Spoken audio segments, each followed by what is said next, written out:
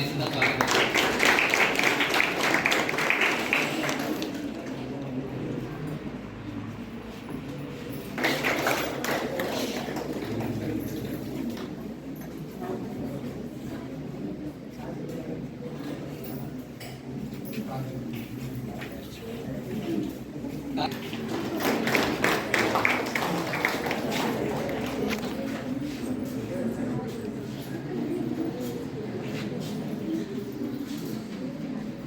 ಆಗಿರುವ Manjunath MN sir ಇವರಿಗೂ ಕಾರ್ಯಕ್ರಮಕ್ಕೆ ನಮ್ಮ ನಿಮ್ಮೆಲ್ಲರ ಪರವಾಗಿ ಪೂರ್ವಕವಾದ ಸ್ವಾಗತವನ್ನು ಬಯಸುತ್ತೇನೆ.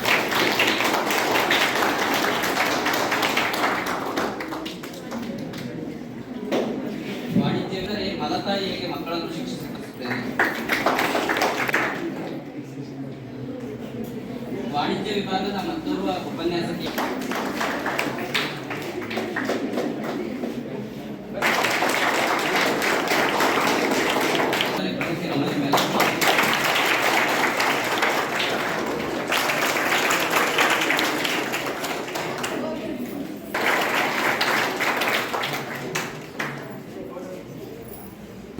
ಇವರಿಗೂ ಈ ಕಾರ್ಯಕ್ರಮಕ್ಕೆ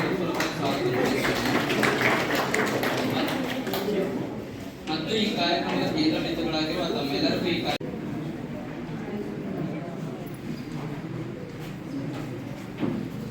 ದಿನಾಂಕ ನವೆಂಬರ್ 1, 2025 ನಾವು ಪ್ರತಿ ವರ್ಷ ಕನ್ನಡ ರಾಜ್ಯೋತ್ಸವವನ್ನು ಆಚರಣೆ ಮಾಡ್ತೀವಿ. ನಿಮ್ಗೆ ಗೊತ್ತಿದೆ, ಅವತ್ತು ಯಾವುದೇ ಎಲ್ಲ ಕಡೆ ಕಾರ್ಯಕ್ರಮಗಳು ನಡೀತು, ಆದರೆ ನಮ್ಮ ಕಾಲೇಜಿನಲ್ಲಿ ವಿದ್ಯಾರ್ಥಿಗಳು ಭಾಗವಹಿಸೋಕ್ಕೆ ತುಂಬ ಕಡಿಮೆ ಇರುತ್ತೆ.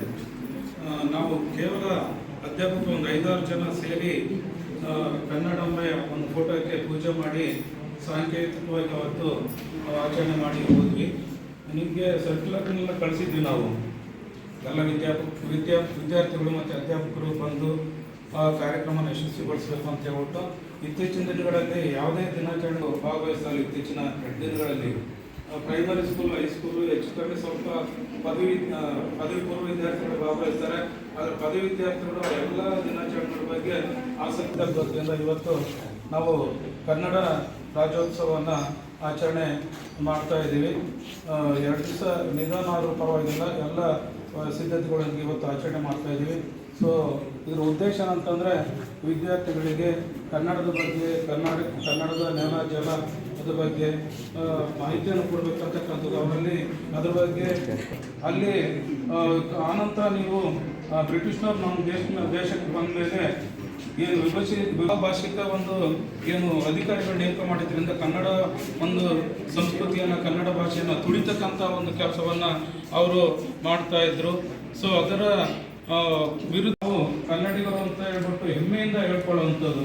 ನೀವು ಯಾವುದೇ ನೋಡ್ಬೋದು, ತಮಿಳ್ನವರು ಆ ರಾಜ್ಯಕ್ಕೆ ನಾವೇನಾದ್ರು ಹೋದರೆ ನಾವೇನಾದರೂ ಕೇಳಿದರೆ ತಮಿಳಿನಲ್ಲೇ ಅವರು ಉತ್ತರವನ್ನು ಕೊಡ್ತಾರೆ, ತಮಿಳಿನಲ್ಲೇ ನಮ್ಮ ಜೊತೆ ಮಾತಾಡುವಂಥ ಪ್ರಯತ್ನ ಮಾಡ್ತಾರೆ.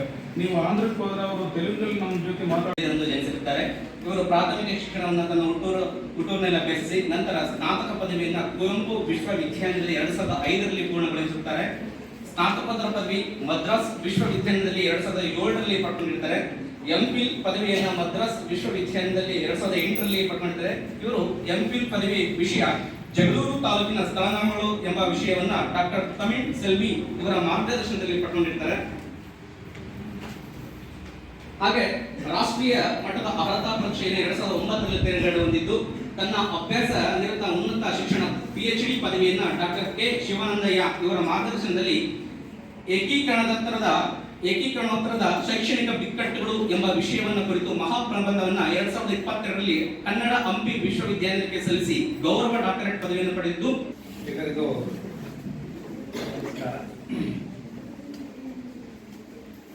ಎಲ್ಲರಿಗೂ 70ನೇ ಕನ್ನಡ ರಾಜ್ಯೋತ್ಸವದ ಶುಭಾಶಯಗಳನ್ನು ತಿಳಿಸುತ್ತಾ ನನ್ನ ವೈಯಕ್ತಿಕ ಪರಿಚಯ ಮಾಡಿಕೊಳ್ಳೋದಕ್ಕಿಂತ ಮುಖ್ಯವಾಗಿ ನನಗೂ ಈ ಕಾಲೇಜಿಗೆ ಏನೋ ಒಂದು ಸಂಬಂಧ ಇದೆ. ಯಾಕೆ ಏನು ಅನ್ನುವಂಥ ಪ್ರಶ್ನೆಗಳು ನಿಮ್ಮನ್ನು ಕಾಡಬಹುದು ಕೆಲವರು. ಆದರೆ ಆಗಿರುವಂಥ ಗುರುಗಳ ಸಾಲಿನಲ್ಲಿ ಯಾರೂ ಇಲ್ಲ. ಇರುವಂಥ ಏಕೈಕ ಗುರುಗಳು ನನ್ನ ಗುರುಗಳು ಅಂದರೆ ನಾಗರಾಜ್ ಸರ್ ಒಬ್ಬರೇ. ಎಲ್ಲರೂ ಸಹ ನಿವೃತ್ತಿಯಾಗಿ ವಿಶ್ರಾಂತಿಯ ಜೀವನವನ್ನು ಮಾಡ್ತಾ ಇದ್ದಾರೆ. ಮತ್ತೆ ನನ್ನ ಎಲ್ಲ ಶಿಕ್ಷಣವನ್ನು ಮುಗಿಸಿ ಇದೇ ಕಾಲೇಜಿನಲ್ಲೇ ನನ್ನ ಅಧ್ಯಾಪಕ ವೃತ್ತಿಯನ್ನು ಆರಂಭವನ್ನು ಮಾಡಿದರು. ಮರೆಯಲಿಕ್ಕಾಗದೇ ಇರತಕ್ಕಂಥ ಕ್ಷಣಗಳಿವೆ. ಆ ಸಂದರ್ಭದಲ್ಲಿ ನನ್ನ ಅಚ್ಚುಮೆಚ್ಚಿನ ವಿದ್ಯಾರ್ಥಿ ಇವರೇ ನನ್ನ ಮೊದಲ ಪಾಠವನ್ನ ಕೇಳಿದ ವಿದ್ಯಾರ್ಥಿಗಳ ಬ್ಯಾಚ್ 2009. ಅಂದ್ರೆ ಈ ಕಾಲೇಜು ಒಂದು ರೀತಿಯಲ್ಲಿ ಎಲ್ಲರನ್ನ ನಿರ್ಮಾಣವನ್ನು ಮಾಡಿದಂತ ಕಾಲೇಜು. ನಾವು ಓದ್ತಾ ಇದ್ದಂತ ಸಂದರ್ಭದಲ್ಲಿ ಪ್ರಥಮ ದರ್ಜೆ ಕಾಲೇಜ್. ಈ ಕಾಲೇಜಿನಲ್ಲಿ ಓದಿದಂತ ನಾವೆಲ್ಲರೂ ಪುಣ್ಯವಂತರೇ. ನಾನು ಈ ಕಾಲೇಜಿಗೆ ಪ್ರವೇಶ ಮಾಡಿದಂತ ಸಂದರ್ಭದಲ್ಲಿ ಸರ್ ಗೊತ್ತಿದೆ 2002ರಲ್ಲಿ ಏನು ಆಗ ತಾನೇ ಹುಟ್ಟಿದಂತ ಮಗುವಿನ ಸ್ಥಿತಿ ಹೇಗಿರುತ್ತೋ ಹಾಗೆ ಈ ಕಾಲೇಜ್ ಇತ್ತು. ಹೌದಾ ಸರ್? ಅದೇ ಇಟ್ಟಿಗೆಗಳು, ಇದು ಯಾವುದು ಬಣ್ಣ ಇಲ್ಲದೆ, ಸಿಮೆಂಟ್ ಇಲ್ಲದೆ, ಗಿಡ ಮರಗಳಿಲ್ಲದೆ ಎಲ್ಲ ಜಾಳು ಜಾಳಾಗಿ ಇದ್ದಂತಹ ಕಾಲೇಜು ನಾವು 2005ರಷ್ಟೊತ್ತಿಗೆ ಒಂದು ಹಂತಕ್ಕೆ ಬಂದು ನಿಂತ್ಕೊಳ್ತು. ಇವತ್ತು ಈ ಕಾಲೇಜಿಗೆ ಬಂದು ನಾನು ನೋಡಿದಾಗ ಹೇಗೆ ಈ ಕಾಲೇಜ್ ಸಿದ್ಧಗೊಂಡಿದೆ, ಹೇಗಿದೆ ಅಂತ ಅಂದ್ರೆ ಒಂದು ಮಧುವಣ ಗಿತ್ತಿಯಾಗಿ, ಒಂದು ಮದುವೆಗೆ ಸಿದ್ಧವಾಗಿ ನಿಂತುಕೊಂಡಂತ ಒಂದು ಹೆಣ್ಣಿನಂತೆ ನಿಂತುಕೊಂಡು ಕಂಗೊಳಿಸ್ತಾ ಇದೆ. ಈ ಕಾಲೇಜನ್ನು ನೋಡಿ ನನ್ನ ಕಣ್ಣು ಮನಸ್ಸುಗಳು ತುಂಬಾ ಸಂತೃಪ್ತಿಯಾಗಿದೆ. ಈ ಕಾಲೇಜು ತುಂಬಾ ಜನ ವಿದ್ಯಾವಂತರಾಗಿ ಬಾಳಿ ಬದುಕಬೇಕಾಗಿದೆ. ಇದು ಸಾಮಾನ್ಯವಾಗಿರ್ತಕ್ಕಂಥ ಭೂಮಿಯಲ್ಲ ವಿದ್ಯಾರ್ಥಿಗಳೇ. ಸಾಕಷ್ಟು ವಿದ್ಯಾರ್ಥಿಗಳನ್ನ, ಸಾಕಷ್ಟು ಸಾಧಕರನ್ನ ನಿರ್ಮಾಣವನ್ನು ಮಾಡಿ ಹೋಗಿರ್ತಕ್ಕಂತಹ ಒಂದು ಕಾಲೇಜು. ಇದನ್ನೆಲ್ಲವನ್ನು ಉಳಿಸಿ ಬೆಳೆಸತಕ್ಕಂಥ ಕೆಲಸ ನಿಮ್ಮಂತವರ ವಿದ್ಯಾರ್ಥಿಗಳಿಂದ ಆಗಬೇಕಾಗಿದೆ. ನಾನು ಈ ನವೆಂಬರ್ ತಿಂಗಳ ಅಂದ ತಕ್ಷಣ ಎಲ್ಲರಿಗೂ ಒಂಥರ ಏನಾಗುತ್ತೆ, ಏಕೀಕರಣ, ಕರ್ನಾಟಕ, ಕನ್ನಡದ ರಾಜ್ಯೋತ್ಸವದ ವಿಚಾರಗಳನ್ನು ಮಾತನಾಡುವಂತ ದಸ್ತಕ ಸ್ಥಿತವಾಗಬಾರದು ಅನ್ನುವಂಥ ಕಾರಣಕ್ಕೆ ನನ್ನ ವಿದ್ಯಾರ್ಥಿ ಮತ್ತೆ ಇವತ್ತಿನ ಪ್ರಾಧ್ಯಾಪಕರಾಗಿರ್ತಕ್ಕಂಥ ಬಹಳ ಖುಷಿ. ಯಾವಾಗ ಗುರಿಗೆ ಬಹಳ ಖುಷಿ ಆಗುತ್ತಪ್ಪ ಅಂದ್ರೆ ಕುವೆಂಪು ಅವರ ಒಂದು ಮಾತು ಈ ಸಂದರ್ಭದಲ್ಲಿ ನನಗೆ ನೆನಪಾಗುತ್ತೆ. ನಾನು ಏರುವ ಎತ್ತರಕ್ಕೆ ನೀನು ಏರಬಲ್ಲೆಯ ಅಂತ. ಕುವೆಂಪು ಅವರನ್ನ ಪ್ರಶ್ನೆ ಮಾಡಲಿಲ್ಲ, ನೀನು ಏರಬಲ್ಲೆ, ನೀನು ಏರು ಅನ್ನುವಂತ ಒಂದು ಮಾತನ್ನ ಹೇಳಿದ್ರು. ಹಾಗೆ ಒಬ್ಬ ಗುರುವಿಗೆ ಒಂದು ಸಮಾಧಾನ, ಸಂತೋಷ ಯಾವಾಗ ಆಗೋದು ಅಂದ್ರೆ ನನ್ನ ಸ್ಥಾನಮಾನವನ್ನು ಮೀರಿ ನಿಂತುಕೊಂಡಂತ ಸ್ಥಾನಕ್ಕೆ ನನ್ನ ವಿದ್ಯಾರ್ಥಿ ಹೋಗಿ ನಿಂತುಕೊಂಡಾಗ ನನಗೆ ಬಹಳ ಖುಷಿ ಆಗುತ್ತೆ.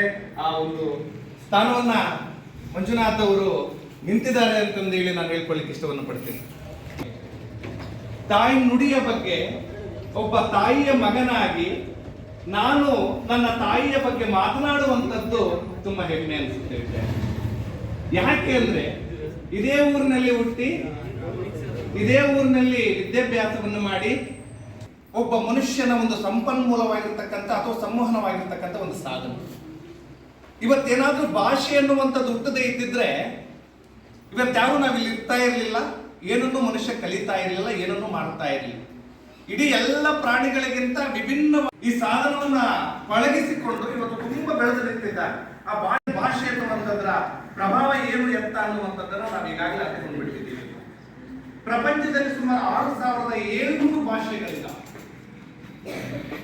ಅದರಲ್ಲಿ ಕೆಲವು ಭಾಷೆಗಳು ಇದ್ದಾವೆ, ಕೆಲವು ಭಾಷೆಗಳು ಸತ್ತು ಹೋಗಿದ್ದಾವೆ, ಕೆಲವು ಭಾಷೆಗಳು ಬಳಕೆಯಲ್ಲಿದ್ದಾವೆ, ಕೆಲವು ಭಾಷೆಗಳು ಬಳಕೆಯಲ್ಲಿಲ್ಲ. ಈ 6700 ಭಾಷೆಗಳಲ್ಲಿ ಕನ್ನಡವೂ ಒಂದು. ಜಗತ್ತಿನ ಅತ್ಯಂತ ಸುಂದರವಾಗಿರ್ತಕ್ಕಂತಹ ಲಿಪಿಗಳನ್ನು ಹೊಂದಿರತಕ್ಕಂಥ ಭಾಷೆ ಕನ್ನಡ. ಮತ್ತೆ ನಮ್ಮ ವಿದ್ಯಾರ್ಥಿ ಮಿತ್ರ ಹೇಳ್ತಾ ಇದ್ದ, ಓದಿದಂತೆ ಬರೆಯುವಂತಹ, ಬರೆಯುವಂತೆ ಓದುವಂತಹ ಒಂದು ಭಾಷೆ ಅಂತ ಇದ್ರೆ ಅದು ಕನ್ನಡ ಅನ್ನೋದು. ಇಲ್ಲಿ ಇಂಗ್ಲಿಷ್ ಅನ್ನುವಂಥದ್ದನ್ನ ನಾವು ಕೆಲವೊಂದು ಸಂದರ್ಭದಲ್ಲಿ ಕೆಲವೊಂದು ಪದಗಳನ್ನು ಬಳಕೆ ಮಾಡಬೇಕಾದ್ರೆ ಅದು ಬರವಣಿಗೆ ರೀತಿಯಲ್ಲಿ ಓದಲ್ಲ. ಗೊತ್ತಿದೆ ಕೆಲವು ಪದಗಳನ್ನು. ಪಿಯುಟಿ ಅನ್ನುವಂಥದ್ದು ಏನಾಗುತ್ತೆ, ಪುಟ್ಟಾಗುತ್ತೆ. ಸಿಯುಟು ಅನ್ನುವಂಥದ್ದು ಏನಾಗುತ್ತೆ, ಪುಟ್ಟಾಗಲ್ಲ, ಕಟ್ಟಾಗುತ್ತೆ. ಆದ್ರೆ ಕನ್ನಡದ ಭಾಷೆ ನೀವೇನನ್ನೇ ಬರೀರಿ, ಅದು ಬರೆಯುವಂತನೇ ಉಚ್ಚಾರಣೆ ಆಗುತ್ತೆ, ಉಚ್ಚಾರಣೆ ಆಗುವಂತೆಯೇ ಬರೆಯುವಂತಹ ಒಂದು ಏಕೈಕವಾದಂತಹ ಭಾಷೆ ತಪ್ಪಾಗಿದೆ. ಇನ್ನೂ ಒಂದು ವಿದ್ಯಾರ್ಥಿಗಳೇ, ಇಲ್ಲಿ ನಾನು ಮಹಾಲಿಂಗ ರಂಗ ಕವಿಯ ಒಂದು ಮಾತನ್ನ ಈ ಸಂದರ್ಭದಲ್ಲಿ ನಾನು ನೆನೆಸಿಕೊಳ್ಳಲೇಬೇಕಾಗಿದೆ. ಯಾಕಂದ್ರೆ ಅವನು ಸಹ ಇದೇ ಜಗಳೂರಿನವನೇ. ಕೇಳಿದ್ದೀರಾ ಮಹಾಲಿಂಗ ರಂಗ ಕವಿಯ ಹೆಸರನ್ನ? ನಿಮ್ಮ ಲಲಿತವಾದಂಥದ್ದು ಅನ್ನುವಂಥ ಹೇಳ್ತಾರೆ. ಸುಲಿದ ಬಾಳೆಯ ಹಣ್ಣಿನಂದದಿ ಕಳಿದ ಸಿಗುರಿನ ಕಬ್ಬಿನಂದದಿ ಅಳಿದ ಉಸ್ತದ ಆಳಿನಂದದಿ ಸುಲಭವಾಗಿರ್ಪ ಲಲಿತವಹ ಕನ್ನಡದ ನುಡಿಯಲಿ ತಿಳಿದು ತನ್ನೋಳ್ ತಾನು ಮೋಕ್ಷವ ಗಳಿಸಿಕೊಂಡರೆ ಸಾಲದೆ ಸಂಸ್ಕೃತದಳ್ ಇನ್ನೇನು ಅಂತದ್ದು ಸುಲಿದ ಬಾಳೆಯ ಹಣ್ಣಿನ ಹಾಗೆ ಅಂತ ಸುಮಧುರವಾದಂತ ಭಾಷೆ ಇರತಕ್ಕಂಥ ಕನ್ನಡವನ್ನ ಬಳಸುವಂಥದ್ದು, ಕನ್ನಡದಲ್ಲಿ ಮಾತನಾಡುವಂಥದ್ದು, ಕನ್ನಡದಲ್ಲಿ ಕಲಿಯುವಂಥದ್ದು ಇದೆಯಲ್ಲ, ಇದು ಯಾವುದಕ್ಕೂ ಅವಕಾಶ ಇಲ್ಲ, ಯಾವುದಕ್ಕೂ ಬೇರೆದಿಲ್ಲ. ಮೋಕ್ಷ ಸಾಧನೆಗೆ ಇರ್ತಕ್ಕಂಥ ಏಕೈಕವಾಗಿರ್ತಕ್ಕಂಥ ಒಂದು ದಾರಿ ಅಂದ್ರೆ ಕನ್ನಡದಲ್ಲಿ ಕಲಿಯುವಂಥದ್ದು, ಕನ್ನಡದಲ್ಲಿ ಮಾತನಾಡುವಂಥದ್ದು, ಕನ್ನಡವನ್ನ ಬಳಸುವುದು. ಮಹಾಲಿಂಗರಂಗ ಕವಿಯನ್ನ ನಾನು ಯಾಕೆ ಈ ಸಂದರ್ಭದಲ್ಲಿ ಸ್ಮರಿಸಿಕೊಂಡೆ ಅಂದ್ರೆ, ಎಷ್ಟೋ ಸಂದರ್ಭದಲ್ಲಿ ನಮಗೆ ಈತ ನಮ್ಮ ಜಗಳೂರಿನವನು ಅನ್ನೋದೇ ಗೊತ್ತಿರಲಿಲ್ಲ ನನಗೆ ಇಲ್ಲಿವರೆಗೆ. ಈಗಲೂ ಸಹ ಕೊಣಚಕಲ್ಲು ರಂಗನಾಥ ಸ್ವಾಮಿಯ ಬೆಟ್ಟದಲ್ಲಿ ಆತ ನಿರ್ಮಾಣ ಹೊಂದಿರತಕ್ಕಂಥ ಒಂದು ಸಮಾಧಿ ಉಚ್ಚಂಗಿ ದುರ್ಗ ಅನ್ನುವಂಥದ್ದು ಆತನ ಜನ್ಮಸ್ಥಳ. ಇಂತಹ ಒಂದು ವ್ಯಕ್ತಿಗೆ ಜನ್ಮ ಕೊಟ್ಟಂತಹ ಸ್ಥಳ ಈ ಜಗಳೂರು ಅನ್ನುವಂಥದ್ದು. ಸರಿ, ಈ ಕನ್ನಡದ ವಿಚಾರಗಳನ್ನು ನಾವು ಮಾತನಾಡ್ತಾ ಹೋದ್ರೆ ಕನ್ನಡ, ಕನ್ನಡಿಗ, ಕರ್ನಾಟಕ ಅನ್ನುವಂಥದ್ದು ನಮ್ಮೆಲ್ಲರ ಅಸ್ತಿತ್ವ. ಏನು ಕನ್ನಡ ಅಂದ್ರೆ ಏನು, ಕನ್ನಡಿಗ ಅಂದ್ರೆ ಯಾವುದು, ಯಾರು, ಕರ್ನಾಟಕ ಅಂದ್ರೆ ಯಾವುದು ಅನ್ನುವಂಥ ಒಂದು ಪ್ರಶ್ನೆ. ಬಹಳಷ್ಟು ಸಂದರ್ಭಗಳಲ್ಲಿ ನಾವು ಪ್ರಶ್ನೆಗಳನ್ನ ಮಾತನಾಡಿದ್ರೆ ಹೇಳ್ತೀವಿ, ಕನ್ನಡ ಅಂದ್ರೆ ಒಂದು ಭಾಷೆ ಸರ್, ಕನ್ನಡಿಗ ಅಂದ್ರೆ ಕನ್ನಡಿಗರು ಸರ್, ಕರ್ನಾಟಕ ಅಂದ್ರೆ ಒಂದು ರಾಜ್ಯ ಸರ್ ಅಂತ ಹೇಳ್ತೀವಿ. ಆದ್ರೆ ಇದು ಕಳೆದು ಹೋಗಿ ನಾವೇನಾಗಬೇಕಾಗಿದೆ ಅಂದ್ರೆ ಒಂದು ಆತ್ಮಪೂರ್ವಕವಾಗಿರ್ತಕ್ಕಂಥ ಒಂದು ಅಭಿಮಾನದ ಅಭಿಪ್ರಾಯಗಳು ಈ ಒಂದು ಪದಗಳಲ್ಲಿ ಬರಬೇಕಾಗಿದೆ.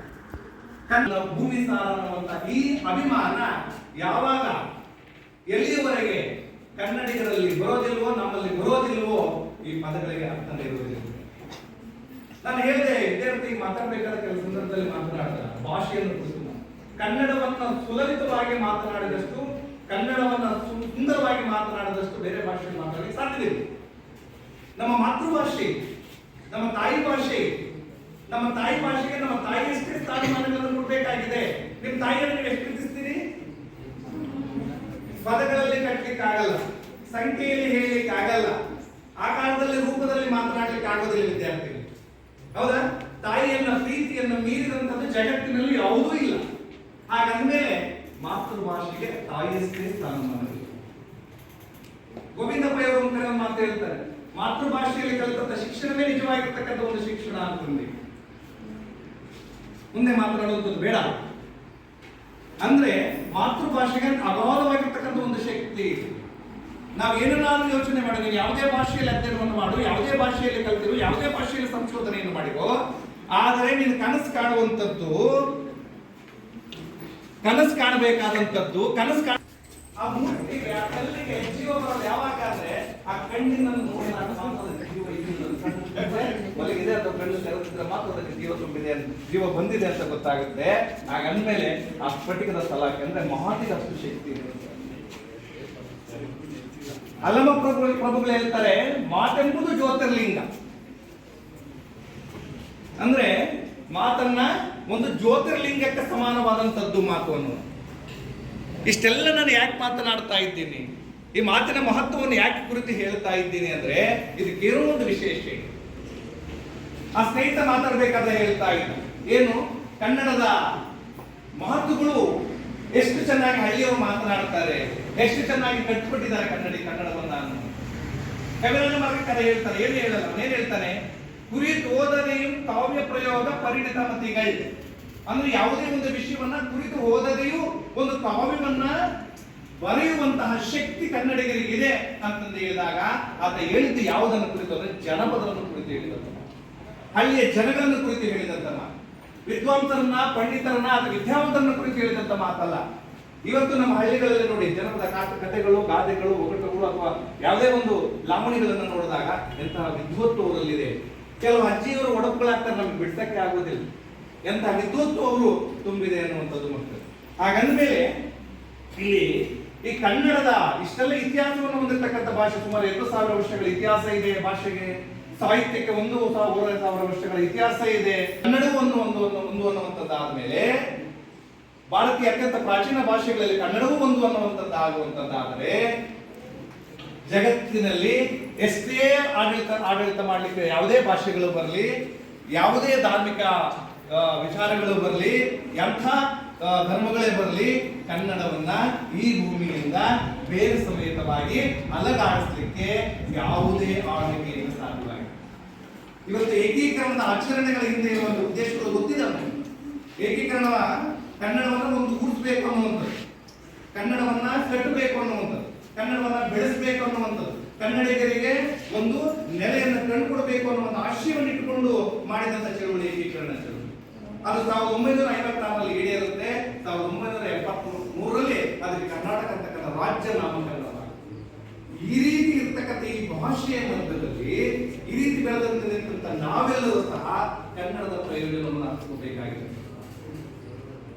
ಕನ್ನಡ ಅನ್ನುವಂಥದ್ದು ಅತ್ಯಂತ ಸುಂದರವಾಗಿರ್ತಕ್ಕಂಥ ಭಾಷೆಗಳ ಜೊತೆಗೆ ಇವತ್ತಿನ ಕಾಲಘಟ್ಟದಲ್ಲಿ ಅತ್ಯಂತ ಸ್ಪರ್ಧಾತ್ಮಕವಾಗಿರ್ತಕ್ಕಂಥ ಪರೀಕ್ಷೆಗಳನ್ನು ಎದುರಿಸಬೇಕಾದಂತ ಸಂದರ್ಭದಲ್ಲಿ ಅಷ್ಟೇ ಪ್ರಯೋಜನಕಾರಿಯಾಗಿರ್ತಕ್ಕಂಥ ಭಾಷೆ. ಬಹಳಷ್ಟು ಸಂದರ್ಭಗಳಲ್ಲಿ ಅಂದ್ಕೊಳ್ತೀವಿ ನಾವು, ಕನ್ನಡವನ್ನು ಏನು ಬಹಳ ಸುಲಭವಾಗಬಹುದು, ಕನ್ನಡದಲ್ಲಿ ಬಹಳ ಸುಲಭವಾಗಿ ಬರೀಬಹುದು, ಅದ್ರ ಬಗ್ಗೆ ಗಮನನೇ ಕೊಡೋದಿಲ್ಲ. ಅದ್ರ ಬಗ್ಗೆ ನೇರವಾಗಿ ತರಗತಿಯಲ್ಲಿ ಕೇಳಿ ಪರೀಕ್ಷೆಗೆ ಓದ್ತೀವಿ, ಸುಲಭವಾಗಿ ಬರೀಬಹುದು ಅಂತ. ವಿದ್ಯಾರ್ಥಿಗಳೇ, ನಾನು ಇವತ್ತು ಮೌಲ್ಯಮಾಪನಕ್ಕೆ ಹೋಗ್ತೀನಿ. ಆ ಮೌಲ್ಯಮಾಪನ ಮಾಡಬೇಕಾದಂಥ ಸಂದರ್ಭದಲ್ಲಿ ವಿದ್ಯಾರ್ಥಿಗಳ ಉತ್ತರ ಪತ್ರಿಕೆಗಳನ್ನು ನೋಡಿದಾಗ ನಿಜವಾಗಲೂ ಇವರು ಕನ್ನಡಿಗರೇ, ನಿಜವಾಗಲೂ ಇವರು ಕನ್ನಡವನ್ನ ಮಾತೃಭಾಷೆಯನ್ನು ಹೊಂದಿರುವಂಥವ್ರೆ. ಒಂದು ವಾಕ್ಯವನ್ನು ಸರಿಯಾದ ರೀತಿಯಲ್ಲಿ ಬರೀಲಿಕ್ಕೆ ಬರದೇ ಇದ್ದಂಥ ಪದವಿ ಹಂತಕ್ಕೆ ಬಂದು ಒಂದು ವಾಕ್ಯವನ್ನು ಸರಿಯಾದ ರೀತಿಯಲ್ಲಿ ಬರೀಲಿಕ್ಕೆ ಸಾಧ್ಯವಾಗದಿರ್ತಕ್ಕಂಥ ಸ್ಥಿತಿಗೆ ನಾವು ಹೋಗಿ ತಲುಪಿದ್ದೀವಿ ಅಂತ ಅನ್ನೋದಾದ್ರೆ ಇದು ಕನ್ನಡದ ಬಗ್ಗೆ ನಾವು ಹೊಂದಿರತಕ್ಕಂಥ ತಿರಸ್ಕಾರದ ಮನೋಭಾವನೆಯೇ, ಅಥವಾ ಕನ್ನಡ ಅನ್ನುವಂಥದ್ದು ತುಂಬಾ ಸುಲಭ, ಅದರಿಂದ ಯಾವುದೇ ಪ್ರಯೋಜನ ಇಲ್ಲ ಅನ್ನುವಂಥ ಒಂದು ನಿರಾಕರಣೆಯ ಮನೋಭಾವನೆ ನನಗೆ ಗೊತ್ತಾಗಿದೆ. ಇವತ್ತು ಏನಾಗಿದೆ ನಿಮಗೆ ಗೊತ್ತಾ ಮಕ್ಕಳೇ, ಯಾವುದನ್ನು ಸರಿಯಾಗಿ ಕಲಿತಾ ಇಲ್ಲ. ನಾವ್ ಹೇಳ್ತೀವಿ, ನಾನು ಇಂಗ್ಲಿಷ್ ಮಾಧ್ಯಮದಿಂದ ಓದಿ ಬಂದಿದ್ದೀನಿ, ಇಂಗ್ಲಿಷ್ ಅಂದ್ರೆ ತುಂಬಾ ಸುಲಭ, ಇಂಗ್ಲಿಷ್ ನಲ್ಲಿ ನಾನು ಚೆನ್ನಾಗಿ ಕಲಿತೀನಿ ಅನ್ನೋ. ನಿಮ್ಗೆ ಸರಿಯಾಗಿ ಇಂಗ್ಲಿಷು ಬರಲ್ಲ, ಸರಿಯಾಗಿ ಕನ್ನಡವೂ ಬರಲ್ಲ. ಹೆಂಗಾಗಿದ್ದಾರೆ ಇವತ್ತಿನ ವಿದ್ಯಾರ್ಥಿಗಳು ಅನ್ನೋದಾದ್ರೆ ಮಕ್ಕಳೇ, ಎಡಬಿಡಕಿಗಳಾಗಿದ್ದಾರೆ. ಅರ್ಥವೂ ಅಲ್ಲ, ಇರ್ತವೂ ಅಲ್ಲ ಅನ್ನುವಂಥದ್ದು. ಕನ್ನಡದಲ್ಲಿಯೂ ಒಂದು ಪ್ರಬುದ್ಧತೆ ಇಲ್ಲ, ಇಂಗ್ಲಿಷ್ ನಲ್ಲಿಯೂ ಸಹ ನಮ್ದು ಅಲ್ಲದೆ ಇರ್ತಕ್ಕಂಥ ಭಾಷೆ ಅದು. ಹೌದಾ? ನಮ್ದು ಅಲ್ಲದೆ ಇರ್ತಕ್ಕಂಥ ಭಾಷೆಯನ್ನು ನಾವು ಕರೆಕ್ಟ್ ಮಾಡ್ಕೊಂಡಿದ್ದೀವಿ, ಓಕೆ, ಒಪ್ಕೊಳ್ತೀನಿ, ಖುಷಿನೇ ಅದು. ಆದ್ರೆ ಬಹಳ ಸಂದರ್ಭಗಳಲ್ಲಿ ನಾವು ಹೇಳ್ತೀವಿ ವಿದ್ಯಾರ್ಥಿಗಳೇ, ಇಂಗ್ಲಿಷ್ ನಮಗೆ ಯಾವತ್ತೂ ವಿರೋಧಿ ಅಲ್ಲ, ಇದನ್ನು ತಿಳ್ಕೊಳ್ಳಿ. ಬಹಳಷ್ಟು ವೇದಿಕೆಗಳಲ್ಲಿ ಕನ್ನಡದ ಸಂಘಟನೆಗಳು ಕನ್ನಡದ ಪರವಾಗಿ ಮಾತನಾಡುವಂತವರು ಏನ್ ಹೇಳ್ತಾರೆ ಅಂದ್ರೆ ಇಂಗ್ಲಿಷ್ ನನ್ನ ಒಂದು ವೈದ್ಯಾಗಿ ನೋಡ್ತಾರೆ, ಇದು ತಪ್ಪು. ಇವತ್ತು ಅನಿವಾರ್ಯವಾಗುವುದು, ಅವಶ್ಯಕತೆ ಇರೋದು ಇಂಗ್ಲಿಷ್. ಅರ್ಥ ಆಯ್ತಾ? ಯಾಕಂದ್ರೆ ಇವತ್ತು ಕಲಿಯಲೇಬೇಕಾಗಿದೆ, ಕೆಲವೊಂದು ಸಂದರ್ಭದ ಪರೀಕ್ಷೆಗಳನ್ನು ಎದುರಿಸಬೇಕಾದಂತ ಸಂದರ್ಭ. ಆದ್ರೆ ಕನ್ನಡವನ್ನ ಬಿಟ್ಟು ಇಂಗ್ಲಿಷ್ ಅನ್ನು ಕೂರಿಸಬಾರ್ದಷ್ಟೇ. ಕನ್ನಡವನ್ನ ಈ ಕಡೆಗೆ ಬೇರೆ ಕಡೆ ತಳ್ಳಿಬಿಟ್ಟು ಇಂಗ್ಲಿಷ್ ಅನ್ನು ಕೂರಿಸಲೇಬೇಕಾದಂಥದ್ದು. ಇವತ್ತು ಸ್ಪರ್ಧಾತ್ಮಕ ಪರೀಕ್ಷೆಗಳನ್ನು ಕುರಿತು ನಾನು ಮಾತನಾಡಬೇಕು ಅನ್ನುವಂಥದ್ದಾದ್ರೆ ನನ್ನ ಕನ್ನಡದ ವಿಚಾರಗಳನ್ನು ಬಹಳಷ್ಟು ಮಾತನಾಡುವಂಥದ್ದಿತ್ತು. ಆದ್ರೆ ನವೆಂಬರ್ ತಿಂಗಳು ಆಗಿರುವಂತ ಕಾರಣಕ್ಕೆ ಅದನ್ನು ಮಾತಾಡಲೇಬೇಕಾಗಿತ್ತು, ಅನಿವಾರ್ಯತೆ ಇತ್ತು. ಆದ್ರೆ ಸ್ಪರ್ಧಾತ್ಮಕ ಪರೀಕ್ಷೆಗಳಲ್ಲಿ ಕನ್ನಡ ಸಾಹಿತ್ಯದ ಪಾತ್ರ ಅನ್ನುವಂಥ ವಿಷಯವನ್ನು ನನಗೆ ಕೊಟ್ಟಿರುವಂತಹ ಒಂದು ಕಾರಣಕ್ಕೆ ನಾನು ಅದೇ ವಿಷಯವನ್ನು ಇಟ್ಕೊಂಡು ಇವತ್ತು ಮಾತನಾಡಬೇಕು. ಇವತ್ತು ಇಲ್ಲೆಲ್ಲರೂ ವಿದ್ಯಾರ್ಥಿಗಳು ಸೇರಿದ್ದೀನಿ, ಸಾಕಷ್ಟು ಸಂಖ್ಯೆಯಲ್ಲಿ ಐಚ್ಛಿಕ ಕನ್ನಡ ವಿದ್ಯಾರ್ಥಿಗಳು ಇರಬಹುದು ಅಂತ ಭಾವಿಸ್ಕೊಂಡಿದ್ದೀನಿ. ಮತ್ತೆ ಎಲ್ಲರೂ ಸಹ ಕನ್ನಡವನ್ನ 4 ಸೆಮಿಸ್ಟರ್ಗಳ ಕಾಲ ಒಂದು ಭಾಷೆಯಾಗಿ ಅಧ್ಯಯನವನ್ನು ಮಾಡಿ ಬಂದಿದ್ದೀರಿ ಅಂತ ಮಾಡ್ತಾ ಇರ್ತೀರಿ ಅಂತ ಅನ್ಕೊಳ್ತೀನಿ. ಈಗ ಪ್ರಾಥಮಿಕ ಶಿಕ್ಷಣದಿಂದ ಹಿಡಿದು ಇಲ್ಲಿಯವರೆಗೂ ಪದವಿ ಹಂತದವರೆಗೂ ನೀವು ಕಲಿತುಕೊಂಡು ಬಂದಿರತಕ್ಕಂಥದ್ದು ಏನೇನಿದೆಯೋ ಅದೆಲ್ಲವೂ ಸಹ ಎಲ್ಲಾ ಸಂದರ್ಭಗಳಲ್ಲಿ ನಿಮಗೆ ಪ್ರಯೋಜನಕ್ಕೆ ಬರುವಂತದ್ದೇ. ಯಾವತ್ತು ಅಕ್ಷರಾಭ್ಯಾಸವನ್ನ ಮಾಡ್ಕೊಂಡು ಆರಂಭ ಮಾಡಿದ್ರು, ಅದರ ವ್ಯಾಕರಣದ ಅಂಶಗಳನ್ನು ತಿಳ್ಕೊಂಡ್ರು, ಅದಾದ ಮೇಲೆ ಇವತ್ತು ಒಂದು ಕನ್ನಡವನ್ನ ನೀವೇನು ಬರೆಯುವ ಒಂದು ಚಾಣಾಕ್ಷತನವನ್ನು ನೀವೆಲ್ಲ ಬೆಳೆಸ್ಕೊಂಡಿದ್ದೀರೋ, ಇದರ ಎಲ್ಲದರ ಪ್ರಯೋಜನ ನೀವು ಮುಂದೆ ಪದವಿಯನ್ನು ಮುಗಿಸಿ ಹೋದ ಮೇಲೆ ನಿಮಗೆ ಅದರ ಮಹತ್ವ ಅರ್ಥ ಆಗುತ್ತದೆ. ಇವತ್ತು ಯಾವುದೇ ಒಂದು ಸ್ಪರ್ಧಾತ್ಮಕ ಪರೀಕ್ಷೆಯನ್ನು ಕರ್ನಾಟಕದಲ್ಲಿ ನೀವು ಎದುರಿಸ್ತೀರಿ ಅನ್ನೋದಾದ್ರೆ ಅದಕ್ಕೆ ಕಡ್ಡಾಯವಾಗಿ ನೀವು ಕನ್ನಡವನ್ನ ಬರೀಲೇಬೇಕಾದಂಥದ್ದು. ಅಥವಾ 10ನೇ ತರಗತಿಯಲ್ಲಿ ಪ್ರಥಮ ಭಾಷೆಯಾಗಿ ಕನ್ನಡವನ್ನ ನೀವು ಅಥವಾ ದ್ವಿತೀಯ ಭಾಷೆಯಾಗಿ ಕನ್ನಡವನ್ನ ಓದಿರಲೇಬೇಕು ಅಂತಕ್ಕಂಥ ಒಂದು ನಿಯಮಗಳನ್ನ ಸರ್ಕಾರ ಜಾರಿಗೆ ತಂದಿದೆ. ನಾವು ಸಹ ಎಷ್ಟೋ ಸಂದರ್ಭಗಳಲ್ಲಿ ಕೆಲವು ಎಡರುತೊಡರುಗಳನ್ನು ಎದುರಿಸಿದ್ದೀವಿ ಏನು. ನಾವು ಗ್ರಾಮೀಣ ಪ್ರದೇಶದ ಮಕ್ಕಳು, ನೀವು ಸಹ ಬಹಳಷ್ಟು ಜನ ಅಲ್ಲಿಂದ ಬಂದಿರುವಂತವ್ರು ಇದ್ದೀರಿ. ನಮಗೆ ಇಂಗ್ಲಿಷ್ ಅಂದ್ರೆ ಕಬ್ಬಿಣದ ಕಡಲೆ, ಸ್ವಲ್ಪ ಕಷ್ಟವೇ ಇಂಗ್ಲಿಷ್ ಅನ್ನುವಂಥದ್ದು. ಇಂಗ್ಲಿಷ್ ಪಾಸ್ ಆಗುವಂಥದ್ದು, ನಾನು ಸಹ ಪ್ರಥಮ BA ಇಂಗ್ಲಿಷ್ ಫೇಲ್ ಆಗಿದ್ದೆ. ಆನಂತರ ಮತ್ತೆ ನಮ್ಮ ಕ್ಯಾರಿ ಓವರ್ ಸಿಸ್ಟಮ್ ಇರೋದ್ರಿಂದ ಮತ್ತೆ ಮುಂದುವರ್ಕೊಂಡು ಬಂದಿದ್ದೀವಿ. ಆದ್ರೆ ಇವತ್ತು ಕನ್ನಡ ಫೇಲ್ ಆಗುವಂತ ಹಂತಕ್ಕೆ ಬಂದು ವಿದ್ಯಾರ್ಥಿಗಳು ನಿಂತ್ಕೊಂಡಿದ್ದಾರೆ ಅಂದ್ರೆ ಅವರಲ್ಲಿ ಏನು ಅಜಾಗರೂಕತೆಗಳು ಏನು ನಡೀತಾ ಇದೆ ಅನ್ನುವಂಥದ್ದು. ಅಷ್ಟೇ ಅಲ್ಲ ವಿದ್ಯಾರ್ಥಿಗಳು, ಇನ್ನೊಂದು ಹೇಳ್ತೀನಿ, ನಾನು ಹೇಳಿದೆ ನಿಮಗೆ, ಈ ಸ್ಪರ್ಧಾತ್ಮಕ ಪರೀಕ್ಷೆಗಳನ್ನು ಎದುರಿಸಬೇಕಾದ್ರೆ ಕಡ್ಡಾಯವಾಗಿ ಕನ್ನಡವನ್ನು ಓದಲೇಬೇಕು ಅಂತ. ಒಂದು 2017ರಲ್ಲಿ ಅಂತ ಅನಿಸುತ್ತೆ, ಈ ಅಸಿಸ್ಟೆಂಟ್ ಪ್ರೊಫೆಸರ್ ಅಂತಂದ್ರೆ ಮೊದಲ ಬಾರಿಗೆ ಸ್ಪರ್ಧಾತ್ಮಕ ಪರೀಕ್ಷೆಯನ್ನ ಏರ್ಪಡಿಸಿದ್ರು.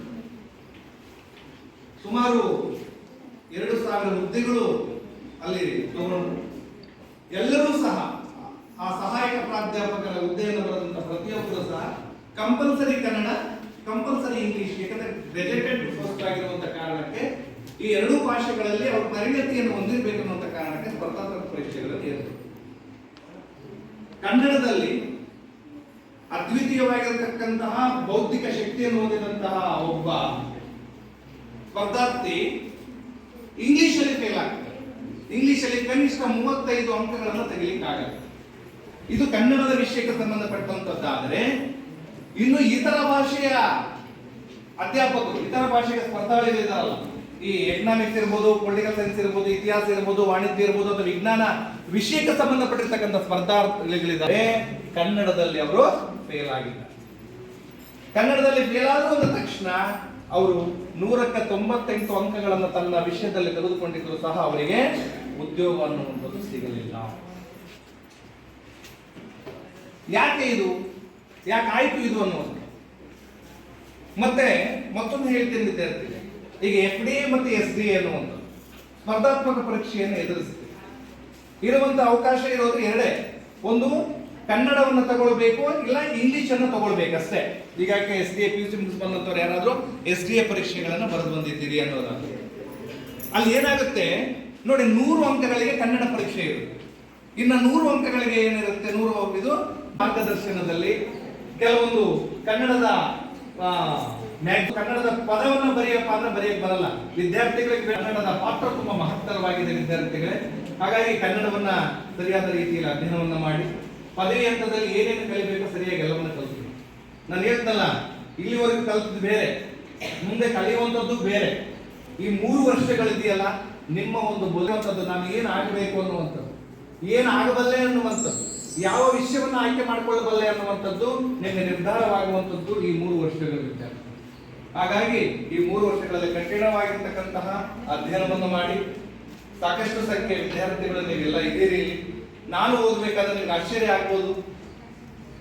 ನಾನು ಪ್ರಥಮ BA ಬಂದಂತ ಸಂದರ್ಭದಲ್ಲಿ 150 ಜನ ಇದ್ವಿ ನಾವು ಒಂದು ಸೆಕ್ಷನ್ ಅಲ್ಲಿ. ಪ್ರಥಮ BA, ದ್ವಿತೀಯ BA ಯಲ್ಲಿ 100 ಮತ್ತೆ ತೃತೀಯ BA ಯಲ್ಲಿ 100 ವಿದ್ಯಾರ್ಥಿಗಳಿದ್ರು. ಮತ್ತೆ ವಾಣಿಜ್ಯ ವಿಭಾಗದಲ್ಲಿಯೂ ಅಲ್ಲಿರುವಂತಹ ಎಷ್ಟಿದೆಯೋ ಅಷ್ಟನ್ನು ಫುಲ್ ಆಗಿರುವಂತ ಇಷ್ಟು ತುಂಬಿ ತುಳುಕ್ತಾ ಇದ್ದಂತ ಈ ಕಾಲೇಜ್ ವಿದ್ಯಾರ್ಥಿ ಇವತ್ತು ಮತ್ತೆ ಈ ಕಾಲೇಜು ಒಂದು ಪುನರ್ ಜನ್ಮವನ್ನು ಅಥವಾ ಪುನರ್ ರೂಪವನ್ನು ಪಡ್ಕೊಳ್ತಾ ಇದೆ ಅಂತಂದೇಳಿ ನನಗೆ ಅನಿಸ್ತಾ ಇದೆ.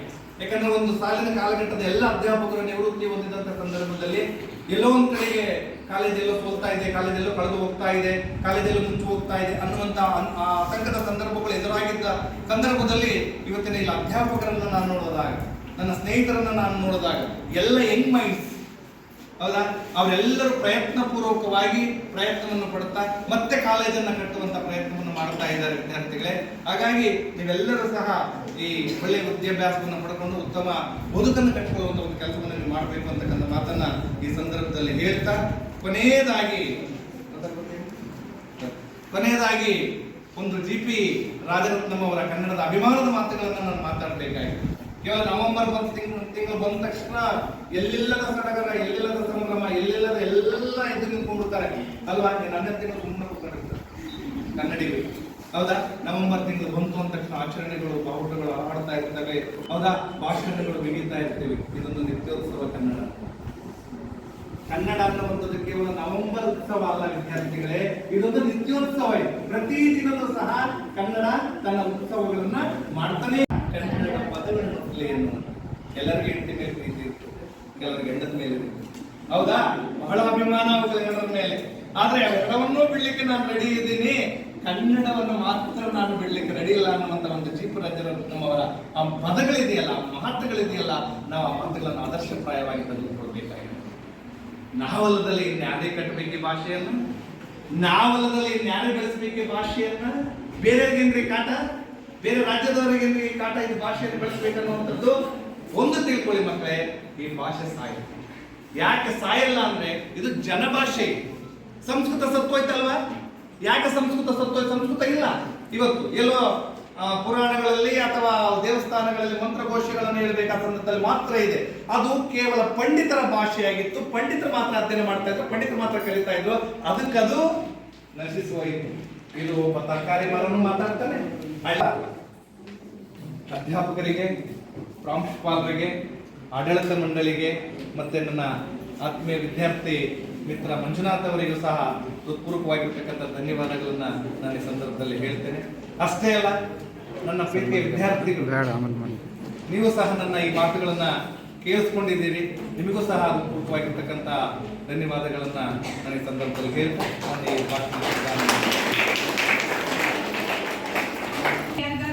ಡೌಟ್ ಇದ್ರೆ ಕೇಳ್ಬೋದು, ಪ್ರಶ್ನೆಗಳನ್ನ ಕೇಳಬೇಕಿದ್ರೆ ಹೇಳ್ತೀನಿ ಅಂತ. ನಾನು ಡಿಗ್ರಿ ಓದ್ಬೇಕಾದ್ರೆ ಮೊಬೈಲ್ ಇರಲಿಲ್ಲ, ಹೌದಾ? ದಾಪುಗಾಲಿಟ್ಟಿತ್ತು. ಇವತ್ತು ಇಡೀ ಪ್ರಪಂಚವೇ ನಮ್ಮ ಕಣ್ಣು.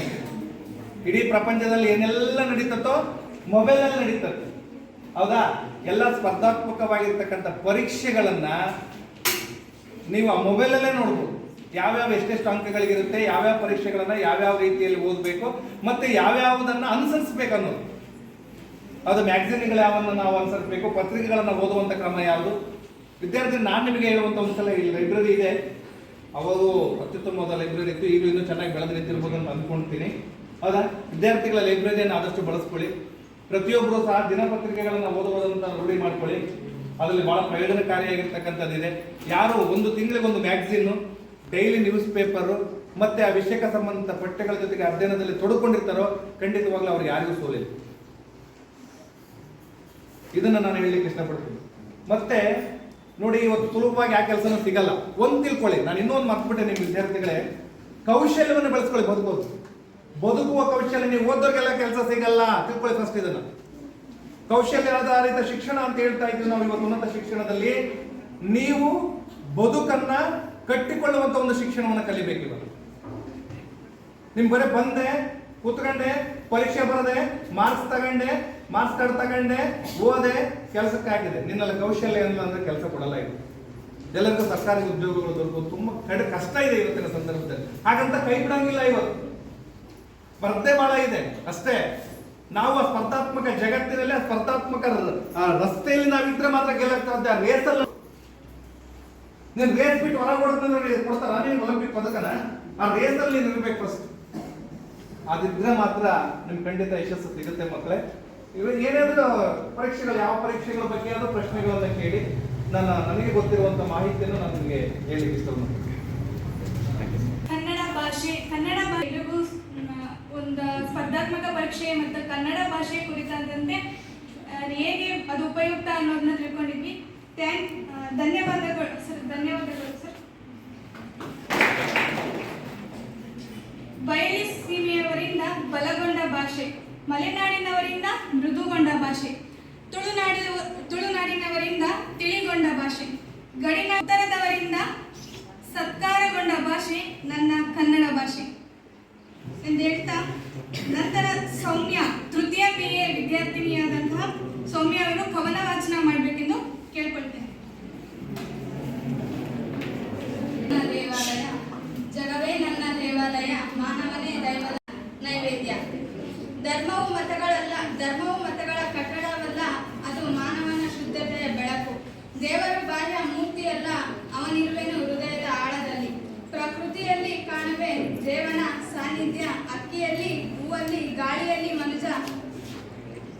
ದುಃಖದಲ್ಲಿ ದೇವನು ನಗುತ್ತಾನೆ, ಆ ನಗುತ್ತಾನೆ ಮೋಕ್ಷದ ಮಾರ್ಗ.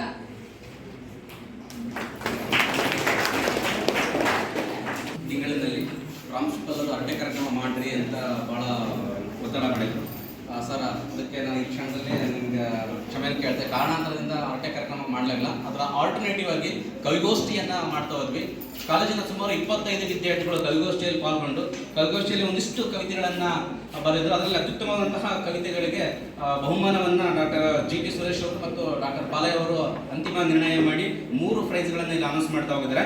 ಮೊದಲನೇ prize Trisha, second BCom, first ಪ್ರೈಸನ್ನು ಕವಿಗೋಷ್ಠಿ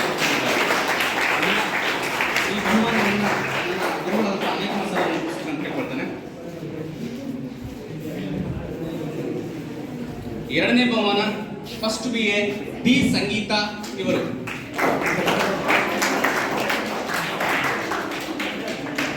ಇದನ್ನು ನಾಗರಾಜ್ ಸರ್ ನಡೆಸ್ಕೊಡ್ಬೇಕಂತ ಕೇಳ್ಕೊಳ್ತಾ ಹೋಗ್ತಾನೆ. ತೃತೀಯ BA ನೇತ್ರಾವತಿ A ಇವರು ಬರ್ಬೇಕಂತ ಹೇಳ್ಕೊಳ್ತೇನೆ. ನೇತ್ರಾವತಿ ಇದನ್ನ ಪ್ರಾಂಶುಪಾಲರು ನಡೆಸ್ಕೊಳ್ಬೇಕು.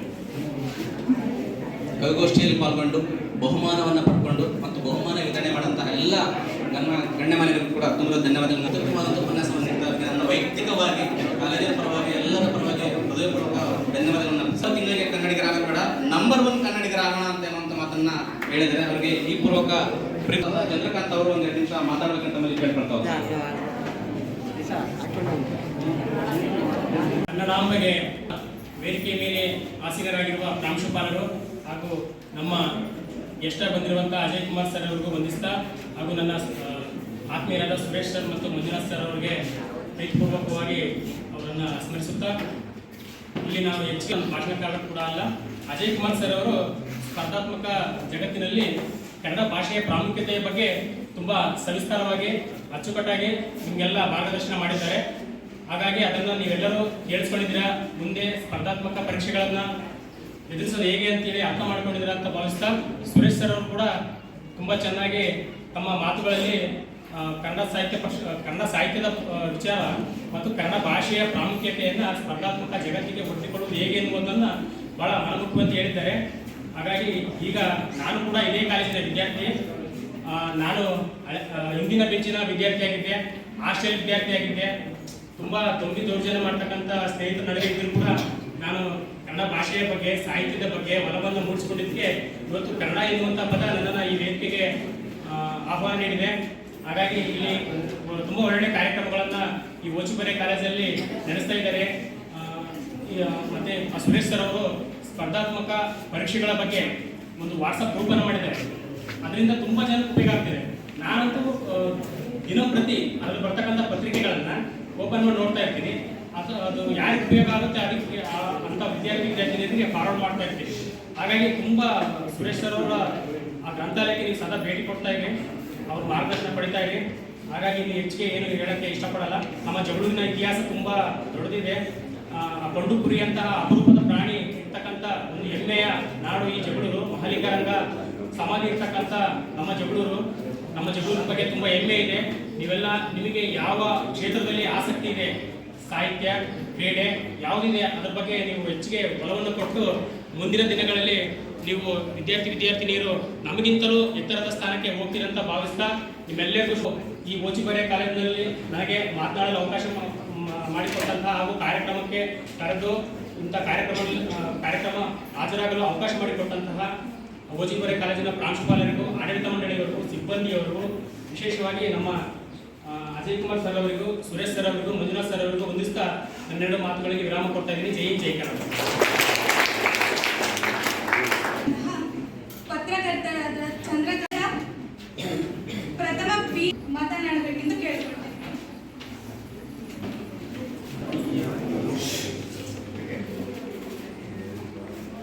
ಕನ್ನಡ ನನ್ನ ಮನಸ್ಸು, ಕನ್ನಡಿಗ ನಿಮ್ಮ ಹೆಮ್ಮೆ ಪ್ರಪಂಚ. ನಮ್ಮಲ್ಲಿ ಕನ್ನಡವನ್ನು ಉಳಿಸಿ ಬೆಳೆಸಿ ಎಂದು ಹೇಳುತ್ತಾ ಎಲ್ಲರಿಗೂ ಶುಭೋದಯ. ಪ್ರಥಮವಾಗಿ ಎಲ್ಲರಿಗೂ ಕನ್ನಡ ರಾಜ್ಯೋತ್ಸವದ ಶುಭಾಶಯಗಳು. ಕನ್ನಡ ರಾಜ್ಯೋತ್ಸವವನ್ನು ಯಾವುದೇ ಜಾತಿ, ಲಿಂಗ ಭೇದವಿಲ್ಲದೆ ಆನಂದದಿಂದ ಆಚರಿಸುವ ಹಬ್ಬವಾಗಿದೆ. ಇದು ಕರುನಾಡು ಕನ್ನಡಾಂಬೆ ತಾಯಿ ಭುವನೇಶ್ವರಿ ಕನ್ನಡ ನಾಡ ಹಬ್ಬವಾಗಿದೆ. ಕನ್ನಡ ನಾಡು ನುಡಿ, ಸಂಸ್ಕೃತಿ ಮತ್ತು ಕನ್ನಡಿಗರ